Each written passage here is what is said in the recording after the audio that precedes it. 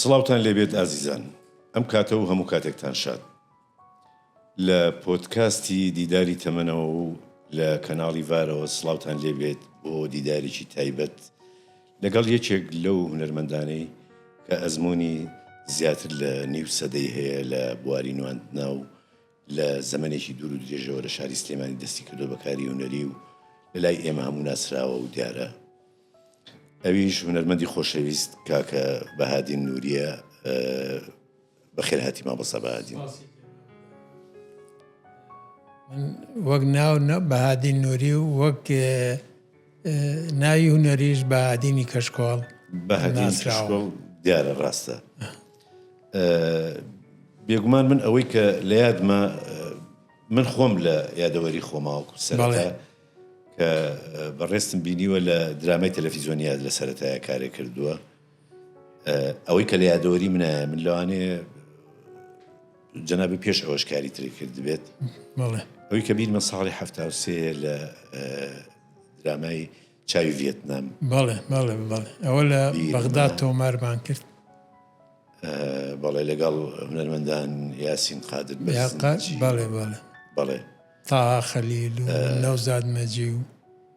مەجموعەی کۆمەڵ ئەندامانی کۆمەڵی هونەر و وێژەی کوردی بۆ وەختە. بەر لەو کارە چیترێت هەیە لە بواری هونەرانی؟ بێگومان هونەر کە کەسێک کاری هونەریە کات ڕۆحیەتە هونەریەکە لە مناڵیەوە تایە ئەژی تایە بووە، بەڵام کەی ئەکەوێتە بەرچاوی خەڵک، یعنی باسێک لە ئەزمموی خۆت بکەی پێش. ڕاستی بێ من تەبەسپاسی جەنابەت دەکەم بۆ ئەم بەرنامەیە. من لە ساڵی 1972 بووم بە ئەندامی کۆمەڵی هونەر و وێژەی کوردی لە سلەیمانی. یەکەم ئیشیشم هەر کە چوومە ئەوێ پاش ماوەیەکی کەم دەورێکیان نامێ، دەورەکە لە لای من زۆر قوروز بوو، چونکە بۆ یەکەم جار بوو کە دەور ببینم لە تەلەڤیزیۆنە یا لە سەر شانۆ. بەڵێ ترس و سەی کۆتایی دڵە ڕاوچیەکم هەبوو اینجا. ئەوە لە پێشە بۆ شانۆ پێشکەشیان کرد. من دەوری زوحاکم تیا بینی، قەناعەتێ بێ لە هەموو شوێنە باسم کردووە. من ساڵی 1972 بوو،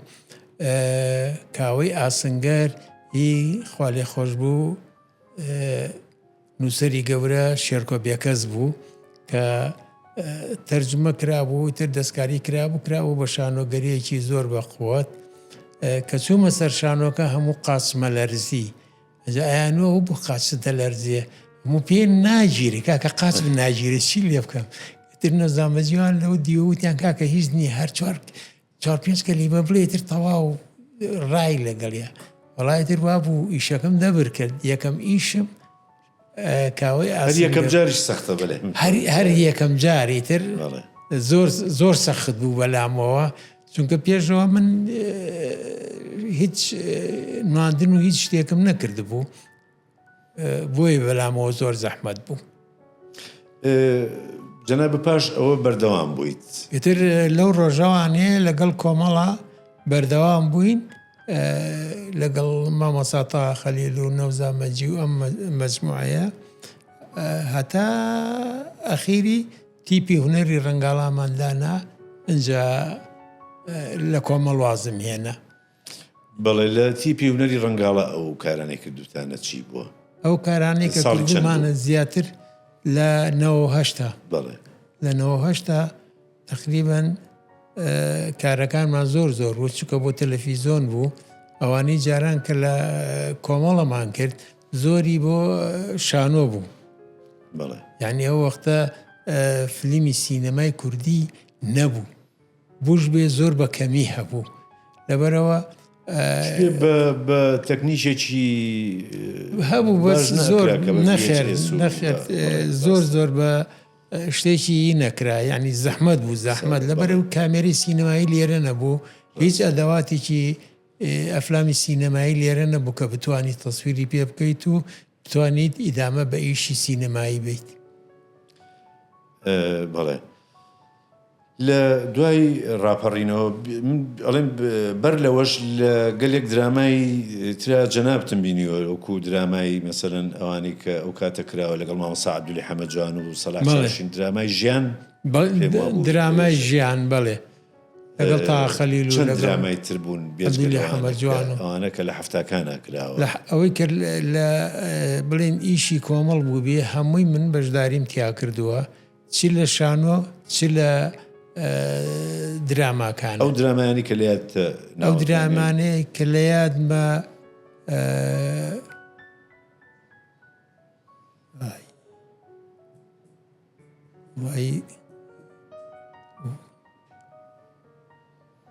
من بەداخەوە وەکو ڕۆڵی خۆت بیرمە کە هەبوویت بەڵام ناوی هەندێک لە درامەکانم لە بیر چۆتەوە وەڵی ئێستاش منیش هەنێکم لێ بیر چووە دانی من لە ساڵی 1970 کە بەشداریم کردو لە ئیشی هونەریە ئیتر دابڕانم نەبووە هەتا ئەم دقەیە کە لەگەڵ جەناب تا قسەکەم ئیتر چ بە شانۆ بوو بێ چ بە سینەما بوو بێ چی بە دراما بوو بێ ئەو من یەکێک لە سیفەتە جوانەکان کە لە توایە بەدیەکەم تۆ هەموو جۆرە ڕۆڵەکانە بینیوە قەتیش گوێن نایەوەتێ ئایا دەوری سەرەکی هی توێ یا هی تۆ نییە ئەکتینگی خۆت و نواندنی خۆت وەکو بە شێوەیەکی جوان و بە شێوەیەکی ڕێک و پێک کردووە کە ئەمە زۆر لە هونەرمەندانمان هەیە کە لەوانەیە دەوری سەرەکیشیان هەبوو بێ بەڵام ئەو وەقعیان نییە کە هونەرمەندێک کە دەورێکی لاوەکی بینێ کە ئەیبینێ زۆر سپاسی بەڕێز دەکەم ئەمە شوێنێکی فەخریە بۆ من کە جەنابە باسیەکەی تەوە من لە ژیانمە یەک سفەتم تیا بووە زۆر نەسم سیر نەکردووە بەس فکرەی ئیشەکەم وەرگرتووە هەر ئیشێکیشم کرد بێت ئەوە جمهورەکەی خۆمەزانەیە کە بەسەرکەوتویە هەمووی پێشکەش بەو جەماوەرە کردووە ینی قەنەعەتێ بێ لە گەردەلوو لە نەسم وەرنەگرتووە نەسشم نەبینە بەس جەلیل پێی وتم وتێتی ئەوە دەورەکەتە وتومە تەواو پێویست ناکاتەوە هیچ شتێکم بیتێ نە نەسم بیتێ پێگەی خۆ لە ناو دراماکە خوێنوەتەوە کە هەر بەس بۆی باس کردوم بڵێ مەسەلەمە دەوری تۆ دەوری حەماڵێکە هەیە حەماڵێکی ئاوای و ئاوایە وتمە تاوازی لێبێنە من دەوری حەماڵەکە بۆ بینم وە قنەبی یا دەوری ساڵکەرێکە بینی ساڵکەرەکە ئاوایە وتومە قەین بڕۆ با بڕۆ دەوری پاشایەکە بینی هەر عینەن شت نەسەکەم سیر نەکردووە بەس فکری خۆم و فکری دەرهێنەرەکەم کردو بە یەک و ئیشەکەم کردو ئیشەکەش دوایوتیانە شەدەبی لا لە جێ خۆیان دەرهێنە ئەو لە جێ خۆیان ئیشەکە کردو جوانەکەش لە گەردەلوو لە تۆ کارکتەرێکە هەیە کە ئەوەڵکەڕەت لەبەر چاوی بینەر خۆشەویست نییە چونکە کەسێکە باش نییە لەگەڵ چوار دەورەکەی لەگەڵ چوار دەورەکەی لەگەڵ دایکە بەڵام جوانەکە لەوایە لە کاری دراما گۆڕان لە شخصیەتە ینی کارکتەرەکە لە کۆتای ئەبێ بە شتێکی تر بەشتی وایە یعنی هەڵوێستیە گۆڕێ بیرکردنەوەیە گۆڕێ ئەمەش لە کاری درامیە ئەو بینینی ئەو ڕۆڵانە ئاسان نییە بەڵێ ئەوە ینی لە گەردەلوو لە بەڕاستی ئەوەی کە جەنابێ باسیەکەی لەگەڵ دایک پامەنگە خراپبوو ماوەنگە خراپبوون دایمە خوایە لە دژی دایکمەوە ئەستامەوانی دوایش کە لەگەڵ لە ملازم موحسینمە لە چایخانەکە دەورەکەم بوو بە شتێکی تر ڕاستە بوو بە قارەبانێکی لە درامایە جوانی گۆڕانی کارکتەرە بۆ ئەگۆڕ بۆ لە ئاراستەیەکەوە وەرەوە ئاراستەیەکی لەم پەڕەوە چێ بۆ ئەو پەڕ بێگومان ئەوەی کە زۆر زیاتر جەنابتی بە خەڵک ناسانووە کەشکۆڵە کە لە دوای ڕاپەڕینەوە لە تەلەڤیزیۆنی گەلی کوردستان دەستی پێ کرد کەشکۆڵیش لە ڕاستیە کۆمەڵێک هونەرمەندی لێهاتووی بەتوانای خاوەن ئەزمموی وەکو جەنابە وەکو کاک مستەفا ئەحمەد مامۆستا کەمال سابیر سیروان جەمال ینی گەلێک لە هونەرمەندانی تر کە هەموو جێگە و ڕێگەیان دیارە بەڕاستی لە ناو هونەری کوردیا و مێژوی خۆیانیان هەیە یعنی خۆت لە سەرەتای بەرنامەکە وتێ ئەمە ناوی خۆت بەهادین نووریە بەڵام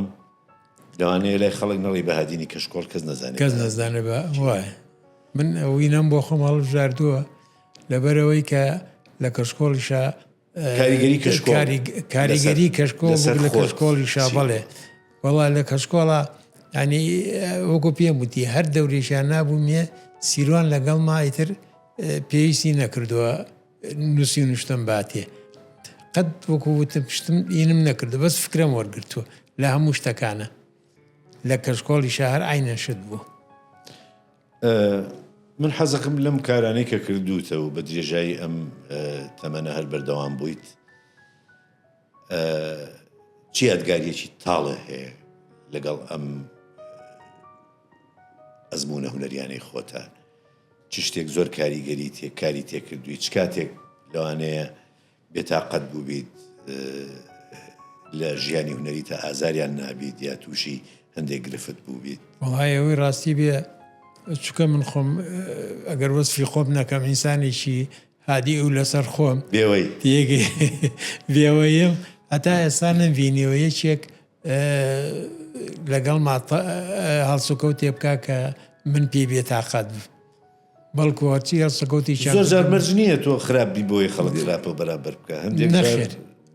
بە عەمدی ئازار دەیرێت هەر ئەوە شارەکرێ بیلفعل وایە خەڵک هەبوو منافەسەی منی کردووە من پێم ناخۆش بووە بەس دەرم نەبڕیەوە بۆی زۆرم پێ ناخۆش بۆ دەرم نەبڕیەوە مەسەلە دەورێکی من بۆیە نەبەیەکیشی تر یێگەی لەبەرەوەی مەسەلە ڕەنگە حسابی خزمایەتی کرد بێت لە خزمەکانەوانەیە نزیک بوو بێت و دەورەکەیان نابێ بۆ آخر من ئەوەی هەستی پێەکەم لە توێە لە مێژەوە هەستەکەم خاوەنی عسابێکی زۆر ساردی لە مامەڵەکردن لەگەڵ چواردەوری خۆتا کە ئەمە کەم کەس ئەم نیعمەتەی پێبەخشراوە بەڕاستی. بەڵێ وەڵاوی ڕاستی بێ من لە ژیانمە تۆڕەبوونم نەزانیەوە ناشزانم تۆڕەبوون چییە ینی جاری وا هەبووە مەسەلە تۆ خۆت ئاسی ژمبرا مەناسیت ئاسی جەمالی مختار وا تووڕێی کردم وا بێتاقەتی کردم خەریبووە ستۆدیۆکانیش بەجێبێڵم لە کاتی کەشکۆڵە دیێگەی تەحملم کردووە وازم لێ نەهێناوە یا مەسەلە شتی وا هەبووە بەجێیان هێشتوم بە سیاری خۆم دوایان کەوتون چوون بۆ شوێنەکە لەبەرەوەی 5 دقە دوا کەوتوم دیێگەی ترخوا بەرەیەکی یاومەتێ ئەو بەرەیە بەکەم کە سەیری لە ژیانیا نەزانێ لە هەموو شتێکە ئەوەن بێتەوانێ و بێتاقت نەبێ بە هیچ شتێک بە هیچ شتێک لە ژیانمە بێتاقەت نەبوو. وەڵا هیوادارین هەروە بیت و منیش هەروات ئەبینم. پرسیارێکی ترم هەیە هونەرمەندی ئێرە زیاتر هەستم کردووە زۆربەی ئەو هونەرمەندە خاوەن ئەزمونەکان ئەڵێم بە تایبەتی یعنی ناتوانن دابڕێن لە هونەر تەنانەت ئەگەر هیچ دەستکەوتێکیشان نەبێ هیچ مەکسەبێکی مادیان نەبێت تەنانەت ئەگەر زەرەریشان بێ واز لە هونەرەکە ناهێنەوە لێی. بەڵێ ئەو بارەیەکی جوانە بۆ هونەرمەندانی کە ئەمەم لە جەناب تا خوێنوەتەوە بێەوەی ویسپاسی جەناب دەکەم چونکە هونەر نەبووە بە شتێک ڕێگای بۆ بژێوی تقریبان من 15-16 ساڵ لە کۆمەڵ بووم قەنەعەت هەبێ دینارێکم وەرنەگرتووە دینارێک یعنی دینارێکی ئەو وەختە وەرم نەگرتووە یێگەی نەبووە جل نەبووە ئیش نەبووە سیارە نەبووە مەسروفاتی خۆم یعنی هونەر بەس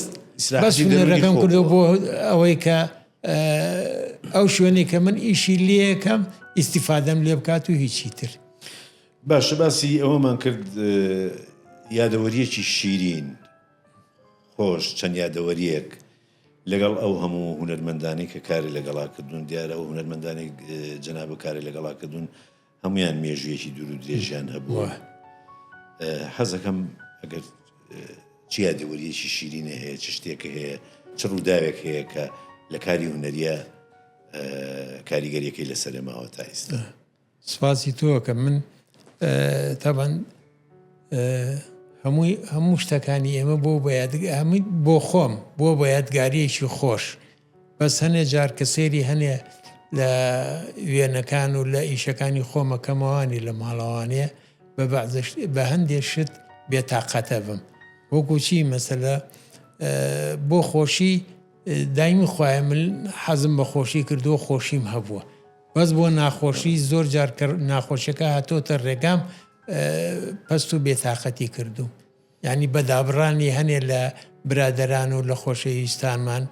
یەگەی بەس ئەوە بێتاقەتی کردومیژینە هەمیشە بە ئیشەکانی خۆم مرتاح بووم و دایمی خوار دەبمە پێکەنین بوو. گەلێک جار هونەرمەند ئەوە ڕوئایەتەیە کە خۆی کارە هونەرەکەی کردووە ساڵانێکی بەسەراتیە پەڕێ بەڵام کەسی تەماشای خۆیەکات هەندێک جار هەستەکە کارێکی زۆر جوانی کردو و لە کاتی خۆیان هەستی پێ نەکردووە. ئەوە ڕاستە ئەمانە بن بە یادەوەری شیری زۆر زۆرەوە ئێستا من وەکو بۆم باس کردی جاری وایە دانیشم هەنێ ڤیددیۆم هەیە کە لە ماڵەوە لی ئێم ئەڵێم ئەو چۆن ئەوە کراوە چۆن ئەوم کردو چۆن ئەوە وا بووە یەگەی یعنی زۆر زۆر خۆم بەغیلی بە خۆمە بم کە من ئەو ئیشم کردووە یعنی هەنێ ئیش هەیە وەکو تۆڵی کە یاد یەکەیتەوانێ زۆر ئینە زۆر ئەستەمە لە لای خۆت. باسی پستی و بێتاقەتیت کرد چ دیارە لە ژیانی هونەریتە کۆمەڵێک خەم هەیەیەتە ڕێت کە چاوەڕێی ناکەیت چ ڕووداوێک دەستدانی چه ئازیزێک لە بواری هونەریە زۆر خەمباری کردویت و بەڵای ئەوەی کە خەمباری کردوم خەمی ئەو برادرانە بووە کە چەند ساڵێک و چەند وەختێکی زۆر زۆر بەیەکەوە بووین لە پڕ دابڕانیان کردووە یعنی بەدەستی خۆشیان نەبووە بڵێن وەکو کاک بەهادینی حەلیم ئێگەی کە یەکێک بووە ڕەفیقێکی شەو ڕۆژمان بووە هەم ڕەفیقی دەرەوەمان بووە هەم ڕەفیقی هونەریمان بووە یعنی پیاوێک بووە کە دایمی خۆی هاوکاری ئێمە کردو یارمەتی ئێمەیەوە لە پڕ چۆ بۆ ڕانیە و لە ڕانیە جامان بووە دووتیان کاک بەهادین عەمری خۆی کردو یعنی بەڕاستی مەرجی چاوەڕوان نەکراوە ئەی تەبعا نەرەوەڵڵا شتێکی زۆر ناخۆش بوو لەبەرەوەی کاک بەهادین پشتی کەشکۆڵ بوو ینی پشتی کەشکۆڵی زۆرەگرت بەهۆی ئەوەی کە بڵین کە لای بەڕێز مام جەلالوان بوو یێگەی هەموو شتێکی بووە کردی بەس ئەو دابڕانەی بوو بە شتێکی ینی هەتا یەک هەفتەش مسڕ بوو بووم نەمەزانی بڕوان بە خۆم نەبوو ینی بردومەوە وەسە قەبرانی بڕوان بە خۆم نەبووە کە ئەو کۆچی دوایی کردو. بەڕاستی ئەوەی کاستی کەشکۆڵ چەند کەسێکیان لێ ڕۆشت کە بەڕاستی زەرەر بوون مەسە مامۆستا کەمال سابیر بەڵێ ئەی کەمال سابیر و کورە براکەشی و کورە ئین ناوی چێ کاک کەماڵوی تر ئەوەی کە بەرزانی قالی خەڵوس ئەوەی شەر یەکێکە لە شوێنەکانی دایمی خۆیان دیارە و من شەو ڕۆژ هەر لە خەیاڵ منەوە مەجموعەیە بێگومان هەندێکی تریشیان کە باسییانەکەی لە ژیانە ماون و هیوادارین تەمەند درێژ بن بەڵام وەکو دابڕان لە کوردستان دابڕاون ینی دوورکەوتونەتەوە لێرەوانێت تێ ئەنجابیان بینینەوە زۆر جار ئەوانش پێشم خۆش نیە و قسەیەکەم بەڵام کەونە جێگەی نەبووان چکە زۆر کەم وای نە لەوێتر کە ئەچێتە دەرەوانێ تووشی ونبوو نەبێت یعنی ئەوەی کە لەم وڵاتە بۆ یەکرێ و لە کوردستانە بۆ یەکرێ قەت لەوێ بۆی ناکرێت ڕاستە ناتوانێت ئەوە بکات سە بۆ نمونە مەسەلە کاکسیروان لەوێ ئیشێگەکە بەڵێ ئیشیشی جوانەکە خەریکی دیکۆرە بەس احتیمالی ئەوەیە مەسەلە وەکو ئێرە دەرهێنانێکە دەرهێنانی بەرنمەیەک و بە چەند ساڵە دوور و درێژە نەتوانێت لەوێ ئەوە بکات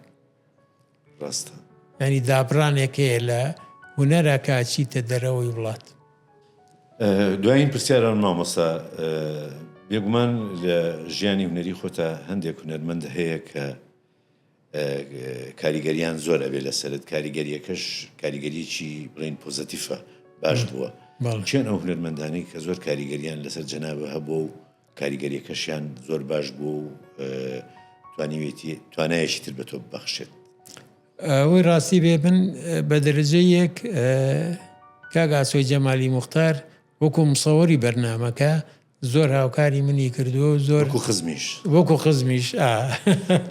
وەکو خزمیش دووەمیش کاک سیروان جەمال دایمی خۆیان جێگای خۆی دیار بووە لەگەڵ مناکە ئیشم کردووە هاوکارم بووە و یارمەتی زۆریاوم هەر ئەویش بوو لە کەشکۆڵ بەردەوام بوو. مامۆستاجان هیچ وتەیەکی کۆتاییت هەیە بە ئێمەی بڵیت؟ ئەوەی کە ئەمە زۆر زۆر سپاسی بەڕێستانەکەم کە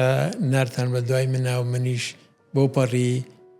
دڵخۆشیەوە هاتمان بەرنمەیە و بەرنمەیەکی ئینشاءڵڵا سەرکەوتوو ڕێک و پێکە بێت دەستان خۆش بێت هیوادارم سەرکەوتوو بن لە هەموو بوارەکانە. مامۆساجان هیوادارین تۆش و ئەو هونەرمەندانش تەمەند درێژ بن و لە کۆتایی ئەم دیدارەدا زۆر سوپاسی بەڕێز دەکەین کە ئامادە بوویت و کاتێ بە ئێمە بەخشی بۆ ئەوەی لایەنێکی کەم لە